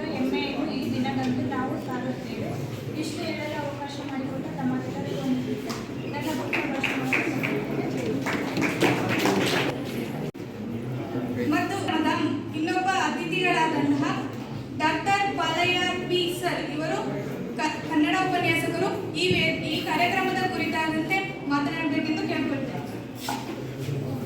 ಡಾಕ್ಟರ್ ಪಾಲಯ್ಯ ಪಿ, ಚಿತ್ರದುರ್ಗ ಜಿಲ್ಲೆಯ ಮೊಳಕಾಲ್ಮೂರು ತಾಲೂಕಿನ ಮರಿಯಮ್ಮನಹಳ್ಳಿ ಗ್ರಾಮದಲ್ಲಿ ಶ್ರೀ ಪಾಲಯ್ಯ ಓಬಮ್ಮ ಇವರ ಮಗನಾಗಿ 1/6/1987ರಲ್ಲಿ ಜನಿಸುತ್ತಾರೆ. ಬಾಲ್ಯದ ಶಿಕ್ಷಣವನ್ನು ಮರಿಯಮ್ಮನಹಳ್ಳಿಯಲ್ಲಿ, ಸ್ನಾತಕೋತ್ತರವನ್ನು ಚಳ್ಳಕೆರೆ ತಾಲೂಕಿನಲ್ಲಿ, ಸ್ನಾತಕೋತ್ತರ ಶಿಕ್ಷಣ ಪದವಿಯನ್ನು ದಾವಣಗೆರೆ ವಿಶ್ವವಿದ್ಯಾಲಯ ಘಟಕ ಕೇಂದ್ರ ಗುಡ್ಡಪ್ಪ ವಿದ್ಯಾನಿಲಯದಲ್ಲಿ PhD ಉನ್ನತ ಪದವಿಗೆ ಜಾನಪದ ಅಧ್ಯಯನ ವಿಭಾಗದಿಂದ ಡಾಕ್ಟರ್ ಮಂಜುನಾಥ್ ಬೇವನಕಟ್ಟೆ ಇವರ ಮಾರ್ಗದರ್ಶನದಲ್ಲಿ ಚಿತ್ರದುರ್ಗ ಜಿಲ್ಲೆಯ ಬುಡಕಟ್ಟು ದೈವಗಳ ಸಾಂಸ್ಕೃತಿಕ ಅಧ್ಯಯನ ಎಂಬ ವಿಷಯವನ್ನ ಪ್ರಬಂಧ ವಿಷಯವಾಗಿ ಕನ್ನಡ ಹಂಪಿ ವಿಶ್ವವಿದ್ಯಾಲಯಕ್ಕೆ ಸಲ್ಲಿಸಿ ಗೌರವಾನ್ವಿತ ಡಾಕ್ಟರ್ ಪದವಿಯನ್ನ ಪಡ್ಕೊಂಡಿರ್ತಾರೆ. ಹಾಗೆ ಸಾಹಿತ್ಯಕ್ಕೆ ಸಂಬಂಧಪಟ್ಟಂತೆ ಅನೇಕ ಲೇಖನಗಳನ್ನ ಬರೆಯುವುದರ ಜೊತೆಗೆ ಅನೇಕ ಪ್ರಶಸ್ತಿಗಳನ್ನ ತನ್ನ ಹೆಗಲಿಗೆ ಓರಿಸಿಕೊಂಡು ಬಂದಿದ್ದಾರೆ. ರಾಜ್ಯ ಮಟ್ಟದ ಉನ್ನತ ಆದರ್ಶ ಉಪನ್ಯಾಸಕ ಪ್ರಶಸ್ತಿಯನ್ನ ಪಡ್ಕೊಂಡಿದ್ದಾರೆ. ಕರ್ನಾಟಕ ವಾಲ್ಮೀಕಿ ಸೇವಾ ರತ್ನ ಪ್ರಶಸ್ತಿಯನ್ನು ಪಡ್ಕೊಂಡಿದ್ದಾರೆ. ಕರ್ನಾಟಕ ಅತ್ಯುತ್ತಮ ಸಮಾಜ ಸೇವಕ ಪ್ರಶಸ್ತಿಯನ್ನು ಪಡ್ಕೊಂಡಿದ್ದಾರೆ. ಹಾಗೆ ಪ್ರಸ್ತುತ ತನುಶ್ರೀ ಸಾಹಿತ್ಯ ಸಾಂಸ್ಕೃತಿಕ ಕಲಾ ವೇದಿಕೆಯ ರಾಜ್ಯ ಕಾರ್ಯದರ್ಶಿಯಾಗಿ ಕಾರ್ಯನಿರ್ವಹಿಸಿದ್ದಾರೆ. ಹಾಗೆ ಪ್ರಸ್ತುತದಲ್ಲಿ ನಮ್ಮ ಕಾಲೇಜಿನ ಕನ್ನಡ ವಿಭಾಗದ ಉಪನ್ಯಾಸಕರಾಗಿ ಸೇವೆ ಸಲ್ಲಿಸಿದ್ದಾರೆ. ಅವರಿಗೆ ಪ್ರೀತಿಪೂರ್ವಕವಾಗಿ ಅಭಿನಂದನೆಗಳನ್ನು ತಿಳಿಸುತ್ತಾ ಕಾರ್ಯಕ್ರಮವನ್ನು ಕುರಿತು ಒಂದೆರಡು ಮಾತಾಡಬೇಕಂತ ಮೇಲೆ ಕೇಳ್ಕೊಳ್ತಾ ಹೋಗ್ತಾನೆ. ಇರ್ತಕ್ಕಂಥ ನನ್ನ ಸಹಪಾಠಿಗಳೇ ಹಾಗೂ ನನ್ನ ಅಚ್ಚುಮೆಚ್ಚಿನ ಪ್ರೀತಿಯ ವಿದ್ಯಾರ್ಥಿಗಳಿದ್ದಾರೆ. 70ನೇ ಕರ್ನಾಟಕ ರಾಜ್ಯೋತ್ಸವದ ಶುಭಾಶಯಗಳನ್ನು ಹೇಳ್ತಾ ನಾನು ಈ ಸಂದರ್ಭದಲ್ಲಿ ಸ್ಪರ್ಧಾತ್ಮಕ ಪರೀಕ್ಷೆಗೆ ಸಂಬಂಧಿಸಿದಂತೆ ಕರ್ನಾಟಕ ಏಕೀಕರಣ ಯಾವ ರೀತಿ ಆಯಿತು ಎನ್ನುವುದನ್ನು ಮಾತಾಡ್ತಾ ಇದ್ದೀನಿ. ಅದಕ್ಕಿಂತ ಮುಂಚೆ ಮಾತು ಅಂದರೆ ಹೇಗಿರ್ಬೇಕು ಎನ್ನುವಂಥದ್ದನ್ನು ಮಾತಾಡ್ತೀವಿ. ಮಾತು ಅವರಂಗ ಇವರಂಗ ಯಾರಂಗೂ ಇರಬಾರ್ದು. ಮಾತು ಅವರಂಗ ಇವರಂಗ ಯಾರಂಗೂ ಇರಬಾರ್ದು, ಯಾರಂಗೂ ಇರಬಾರ್ದು. ಆದರೆ ಮಾತು ಕೇಳುವಂಗೆ ಇರಬೇಕು. ಮಾತಿನಾಗ ಮಾತು ಇರಬೇಕು, ಮಾತಿನಾಗೆ ಆತ ಇರಬೇಕು, ಮಾತಿನಾಗೆ ನೀತಿ ಇರಬೇಕು, ಭೀತಿ ಇರಬೇಕು, ಮಾತಿನಾಗೆ ರೀತಿ ಇರಬೇಕು, ಪ್ರೀತಿ ಇರಬೇಕು, ಮಾತಿನಾಗೆ ಉದ್ದೇಶ ಇರಬೇಕು, ಆದೇಶ ಇರಬೇಕು, ಮಾತಿನಾಗೆ ಉಪದೇಶ ಇರಬೇಕು, ಸಂದೇಶ ಇರಬೇಕು, ಮಾತಿನಾಗೆ ತೂಕ ಇರಬೇಕು. ಅದಕ್ಕೆ ಸುಮ್ಮನೆ ಕೂತಿರಬೇಕು. ಮಾತು ಸಾಧನ ಆಗಬಾರ್ದು. ಮಾತಿನಲ್ಲಿ ಮಗುವಿನ ನಗೆ ಇರಬೇಕು, ಹಾಗೆ ಇರಬಾರ್ದು. ಮಾತಿನಲ್ಲಿ ನನ್ನ ತಾಯಿ ನನಗೆ ಮಾತೃಭಾಷೆ ಕಲಿಸಿರ್ತಕ್ಕಂಥದ್ದು ತಂದೆದು, ಅಂದರೆ ಲಿಪಿ ಇಲ್ಲದೆ ಇರ್ತಕ್ಕಂಥ ಭಾಷೆ ನನ್ನ ತಾಯಿ ಕಲಿಸಿರ್ತಾಳೆ. ಆದರೆ ನನ್ನ ಅದರ್ ಟಂಗ್ ಕನ್ನಡ ಅನ್ನುವಂಥ ಮಾತನ್ನು ನಾನು ಈ ಸಂದರ್ಭದಲ್ಲಿ ಹೇಳಕ್ಕೆ ಬಯಸ್ತೇನೆ. ಈಗ ಈ 70ನೇ ಕರ್ನಾಟಕ ರಾಜ್ಯೋತ್ಸವದ ಕುರಿತಾಗಿ ಕೆಲವೊಂದಿಷ್ಟು ಸ್ಪರ್ಧಾತ್ಮಕ ಪರೀಕ್ಷೆಗೆ ಸಂಬಂಧಿಸಿದಂತೆ ಕೆಲವೊಂದಿಷ್ಟು ಅಂಶಗಳನ್ನು ಹೇಳಲಿಕ್ಕೆ ನಾನು ಬಯಸ್ತಾ ಇದ್ದೀನಿ. ನಮ್ಮ ಕಾಲೇಜಿನಲ್ಲಿ ಪ್ರತಿ ಸರಣಿಯಲ್ಲಿ ಕೂಡ ನಾವು ಕೆಲವೊಂದಿಷ್ಟು ಕಾರ್ಯಕ್ರಮಗಳನ್ನು ನಡೆಸಿಕೊಳ್ತಾ ಬರ್ತಾ ಇದ್ದೀವಿ. ಆದರೆ ಈ ಒಂದು ಮಾತನಾಡುವಂಥ ಸಂದರ್ಭದಲ್ಲಿ ಕೇವಲ ಇದು ಭಾಷಣ ಆಗಿರೋದಿಲ್ಲ. ನಿಮ್ಮ ಸ್ಪರ್ಧಾತ್ಮಕ ಪರೀಕ್ಷೆಗಳಿಗೆ ಕೂಡ ಅತ್ಯಂತ ಉಪಯುಕ್ತವಾಗಿರ್ತಕ್ಕಂಥ ಮಾಹಿತಿ. ನಾನು ಪ್ರತಿ ಪ್ರಾಚೀನವಾಗಿರ್ತಕ್ಕಂತಹ ಕನ್ನಡವನ್ನು, ಕನ್ನಡ ನಾಡಿ ಫಾದರ್ ಎರೆಸ ಎನ್ನುವಂಥವರು ಮಾತನಾಡ್ತಾ ಹೋಗ್ತಾರೆ, ಗುರುತಿಸ್ತಾ ಹೋಗ್ತಾರೆ. ಕರ್ನಾಟಕವನ್ನು ಕಣ್ಣೀರು ಎಂದು ಕರೀತಾ ಹೋಗ್ತಾರೆ ಎನ್ನುವಂಥದ್ದು. ಇದಾದ ನಂತರ ದ್ರಾವಿಡ ಭಾಷೆಯಲ್ಲಿ ಕರುನಾಡು ಅಂತೇಳಿ ನಮ್ಮ ಕರ್ನಾಟಕವನ್ನು ಗುರುತಿಸಿದರೆ ಎನ್ನುವಂಥದ್ದು. ರಾಮಾಯಣದಲ್ಲಿ ಕಿಷ್ಕಿಂಧ ಮಹಿಷಕ ಎನ್ನುವಂತಹ ಪದ ಹಿನ್ನೆಲೆಯಲ್ಲಿ ಕರ್ನಾಟಕದ ಪ್ರಾಚೀನತೆಯನ್ನು ಗುರುತಿಸ್ತಾ ಹೋಗ್ತಾರೆ. ಇದಾದ ನಂತರ ಮಹಾಭಾರತದಲ್ಲಿ ಭೀಷ್ಮ ಮತ್ತು ಸಭಾ ಪರ್ವದಲ್ಲಿ ಈ ಕರ್ನಾಟಕವನ್ನು ಉಲ್ಲೇಖವನ್ನು ಮಾಡ್ತಾ ಹೋಗ್ತಾರೆ ಎನ್ನುವಂಥದ್ದು. ಯಾರು? ರಾಮಾಯಣ ಮತ್ತು ಮಹಾಭಾರತವನ್ನು ಬರತಕ್ಕಂತಹ ವಾಲ್ಮೀಕಿ ಮತ್ತು ಮಹರ್ಷಿ ಎನ್ನುವಂಥವ್ರು. ಹಾಗಾಗಿ ಈ ಪ್ರಾಚೀನತೆಯ ಕೃತಿಗಳಲ್ಲಿ ಕೂಡ ನಾವು ಈ ಒಂದು ಪ್ರದೇಶವನ್ನು ಗುರುತಿಸ್ತಾ ಇದ್ದಾರೆ ಎನ್ನುವಂಥದ್ದು. ಇದಾದ ನಂತರ ತಮಿಳು ಕೃತಿಗಳಲ್ಲಿ ಕೂಡ ಕರ್ನಾಟಕವನ್ನು ಗುರುತಿಸ್ತಾ ಹೋಗ್ತಾರೆ. ಶಿವಪ್ರತಿಗಾರ ಮತ್ತು ತೋಳ್ಕಾಪ್ಯಂ ಎನ್ನುವಂತಹ ಕೃತಿಯಲ್ಲೂ ಕೂಡ ಕರ್ನಾಟಕ ಇತಿಹಾಸವನ್ನು ಗುರುತಿಸ್ತಾ ಹೋಗ್ತಾರೆ ಎನ್ನುವಂತಹ ಆ ಕರ್ನಾಟಕ ಪ್ರದೇಶವನ್ನು ಗುರುತಿಸ್ತಾ ಇದ್ದಾರೆ ಎನ್ನುವಂಥದ್ದು.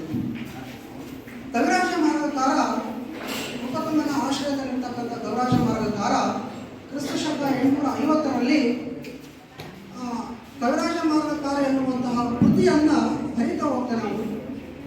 ಕಾವೇರಿಯಿಂದ ಗೋದಾವರಿ ವಿರುಪ ನಾಡದ ಕನ್ನಡದವಳು ಭಾವಿಸಿದ ಜನಪದಂ ಅಂತೇಳಿ ಬರೀತಾ ಹೋಗ್ತಾನೆ. ಅಂದ್ರೆ ಆಗಿನ ಕಾಲಕ್ಕೆ ಕರ್ನಾಟಕವನ್ನ 4 ಪ್ರಮುಖ ಕೇಂದ್ರೀಯ ಸ್ಥಳವಾಗಿ ಗುರುತಿಸ್ತಾ ಹೋಗ್ತಾನೆ.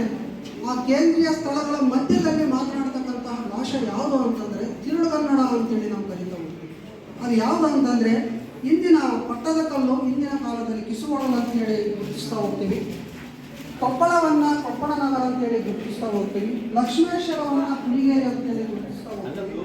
ಒಕ್ಕುಂದವನ್ನ ಒಕ್ಕುಂದ ಅಂತೇಳಿ ಗುರುತಿಸ್ತಾ ಹೋಗ್ತೀವಿ. ಅಂದ್ರೆ ಈ 4 ಪ್ರದೇಶಗಳ ಮಧ್ಯದಲ್ಲಿ ಕರ್ನಾಟಕ ವಿದ್ಯಾವರ್ತಿ ಸಂಘವನ್ನು ಕಟ್ತಾ ಹೋಗ್ತಾರೆ. ಯಾಕಂತಂದ್ರೆ ಈ ಕರ್ನಾಟಕಕ್ಕೆ ಸಂಬಂಧಿಸಿರ್ತಕ್ಕಂತಹ ಅಥವಾ ಕನ್ನಡ ನಾಡಿನಲ್ಲಿ ಹುಟ್ಟಿರ್ತಕ್ಕಂತಹ ಅನೇಕ ಮನೆತನಗಳು, ಕದಂಬರಾಗಿರ್ಬೋದು, ಗಂಗರಾಗಿರ್ಬೋದು, ಚಾಲುಕ್ಯರಾಗಿರ್ಬೋದು, ಮಾನ್ಯಟರು ಎನ್ನುವಂತಹ ದೃಷ್ಟಿಯಲ್ಲಿ ಈ ಒಂದು ಸಂಘಗಳನ್ನು ಸ್ಥಾಪನೆ ಮಾಡ್ತಾ ಹೋಗ್ತಾರೆ ಎನ್ನುವಂಥದ್ದು. ಇದಕ್ಕೆ ಪ್ರಥಮ ಧ್ವನಿಯಾಗಿ ಬೆನಗಲ್ ರಾಮರಾಯರು ಸುಹಾಸಿನಿ ಎನ್ನುವಂತಹ ಪತ್ರಿಕೆಯನ್ನು ಕೂಡ ಹೊರತರ್ತಾ ಹೋಗ್ತಾರೆ ಎನ್ನುವಂಥದ್ದು. ಈ ಪತ್ರಿಕೆಯ ಮೂಲಕ ಕರ್ನಾಟಕದ ಏಕೀಕರಣ ಎನ್ನುವಂತಹ ಕಿಚ್ಚನ್ನ ನಿರ್ವಹಿಸ್ತಾ ಹೋಗ್ತಾರೆ ಇವರು.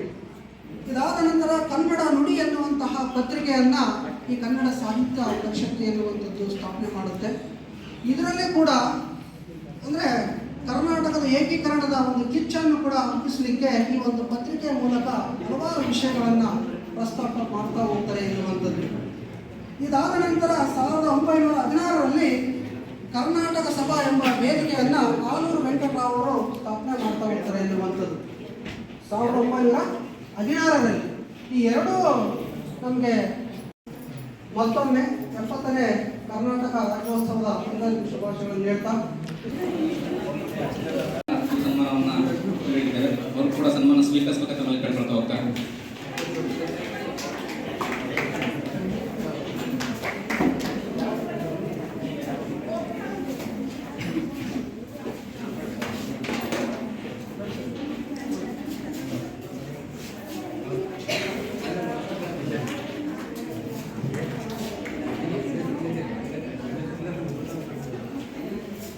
ಕಾರ್ಯಕ್ರಮ ನಡೆಸಿಕೊಟ್ಟಂತಹ ನಮ್ಮ ಕಾಲೇಜಿನ ಹಿರಿಯ ಉಪನ್ಯಾಸಕ ನಟರಾಜರವರಿಗೂ ಹಾಗೂ ಪ್ರಾಂಶುಪಾಲರಿಗೂ ತುಂಬ ಧನ್ಯವಾದಗಳು.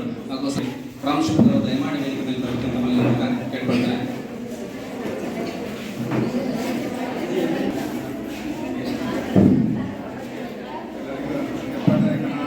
ಶುಭಾಶಯಗಳು.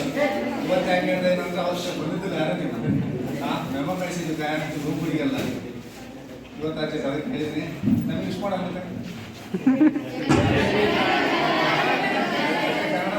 ಸರ್ ಇಷ್ಟಂತಾನೆ ಹೇಳಿದ್ರು ಕನ್ನಡ ಮಾತಾಡ್ರಂತಂದ್ರೆ ಸೇರ್ತು ಸರ್ ಕನ್ನಡ ಎಲ್ಲ ವೇದಿಕೆ ಮೇಲೆ ಹೆಸರಾಗಿದ್ದಂಥ ನನ್ನ ನೆಚ್ಚಿನ ಗುರುಗಳಾದಂಥ ನಾಗೇಶ್ ಸರ್ ಅವರೇ, ಅಜಯ್ ಕುಮಾರ್ ಸರ್ ಅವರೇ, ನನ್ನ ಪತ್ರಿಕೆ ಮಾಧ್ಯಮದವರೇ, ಹಾಗೂ ಪಾಲಯ ಸರ್ ಅವರೇ, ಸುರೇಶ್ ಸರ್ ಅವರೇ, ಸಂಜನಾ ಸರ್ ಅವರು, ಇದೊಂದು ಕನ್ನಡ ಇದು ನಡೆಸಿಕೊಟ್ಟಿರ್ತಕ್ಕಂಥ ಎಲ್ಲ ಆತ್ಮಕಾಂತ ವಿದ್ಯಾರ್ಥಿಗಳಿಗೆ ಧನ್ಯವಾದಗಳನ್ನು ಪಡೆದುಕೊಳ್ತೀನಿ. ಅದೇ ರೀತಿ ನಾಗೇಶ್ ಸರ್ ಹೇಳಿದಂಗೆ ನಮ್ಮ ಭಾಷೆಯನ್ನು ಫಸ್ಟ್ ಗೌರವಸನ, ಅದೇ ರೀತಿ ಅನ್ಯ ಭಾಷೆಗಳನ್ನ ನೆಕ್ಸ್ಟ್ ಗೌರವಸನ ಅಂತ ಹೇಳಿದ್ರು. ಅದೇ ರೀತಿ ಇದು ಕನ್ನಡ ಅನ್ನೋದು ಎಲ್ಲ ಎಕ್ಸಾಮ್ಗಳಿಗೆ ಬೇಕಾಗುತ್ತೆ ಅಂತ ಹೇಳಿದರೆ, ಅದೇ ರೀತಿ ಅವ್ರ ಕನ್ನಡ ಭಾಷೆಯನ್ನು ಫಸ್ಟ್ ನಾವು ಎಲ್ಲ ಅನುಕರಣೆ ಮಾಡ್ತಾ ಫಸ್ಟ್ ಕನ್ನಡ ಕಲ್ತ್ಕೊಂತ 2 ಧ್ವನಿ ಮೇಲೆ ಹೋದ್ರೆ ಸಾಗಲ್ಲ, ದಡ ಮುಟ್ಟಲ್ಲ ಅಂತ ಹೇಳ್ತಾ ಫಸ್ಟ್ ಕನ್ನಡವನ್ನು ನಾವು ಕಲ್ತು ನೆಕ್ಸ್ಟ್ ಇನ್ನೊಂದು ಅನ್ಯ ಅಂತೇಳಿ 12 ಮಾಡ್ಕೊಡ್ತೇನೆ. ಸರ್ ಇವರಿಗೆ ತುಂಬ ಹೃದಯದ ಧನ್ಯವಾದಗಳು. ನುಗ್ಗಿ ನಡೆ ಮುಂದೆ ಜಗ್ಗದೆಯೇ ಕುಗ್ಗದೆಯೇ ಹಿಗ್ಗಿ ನಡೆ ಮುಂದೆ ನೂರು ದೇವರನ್ನೆಲ್ಲ ನೂಕಾಸೆ ದೂರ ತಾಯಿ ಭಾರತೀಯ ಪೂಜಿಸುವ ಭಾರ. ಹುಟ್ಟಿದ ಸೂರ್ಯ ಮುಳುಗಲೇಬೇಕು, ಒಂದು ಕಾರ್ಯಕ್ರಮದ ಆರಂಭವಾದರೆ ಅಂತ್ಯವಾಗಲೇಬೇಕು ಎಂದು ಹೇಳುತ್ತಾ ಈ ಕಾರ್ಯಕ್ರಮಕ್ಕೆ ಮುಖ್ಯ ಅತಿಥಿಗಳಾಗಿ ಆಗಮಿಸಿದಂತಹ ಶ್ರೀ ಡಾಕ್ಟರ್ ಅಜಯ್ ಕುಮಾರ್ ಸಹಾಯಕ ಪ್ರಾಧ್ಯಾಪಕರಿವರಿಗೂ ಹಾಗೂ ಚಂದ್ರಕಾಂತ್ ಸರಿಯಾದ ವಂದನೆಗಳನ್ನು ಅರ್ಪಿಸುತ್ತೇನೆ. ಹಾಗೂ ಈ ಕಾರ್ಯಕ್ರಮದ ಅಧ್ಯಕ್ಷತೆಯನ್ನು ವಹಿಸಿರುವ ನಮ್ಮ ಕಾಲೇಜಿನ ಪ್ರಾಂಶುಪಾಲರಾದ ಮಧು ಸರ್ ಇವರಿಗೆ ನನ್ನ ವಂದನೆಗಳು. ಹಾಗೂ ಈ ವೇದಿಕೆಯ ಮೇಲೆ ಮತ್ತು ಮುಂಭಾಗದಲ್ಲಿ ಆಸೀನರಾಗಿರುವ ಉಪನ್ಯಾಸಕರಿಗೂ ವಂದನೆಗಳು. ಕೊನೆಯದಾಗಿ ಈ ಕಾರ್ಯಕ್ರಮದ ಈ ವೇದಿಕೆಯ 2ನೇ ಅಧ್ಯಕ್ಷತೆಯನ್ನು ವಹಿಸಿರುವಂತಹ ಸಮಾಜಶಾಸ್ತ್ರ ವಿಭಾಗದ ನಾಗರಾಜ್ ಸರ್ ಅವರಿಗೂ ವಂದನೆಗಳು. ಕೊನೆಯದಾಗಿ ಈ ಕಾರ್ಯಕ್ರಮ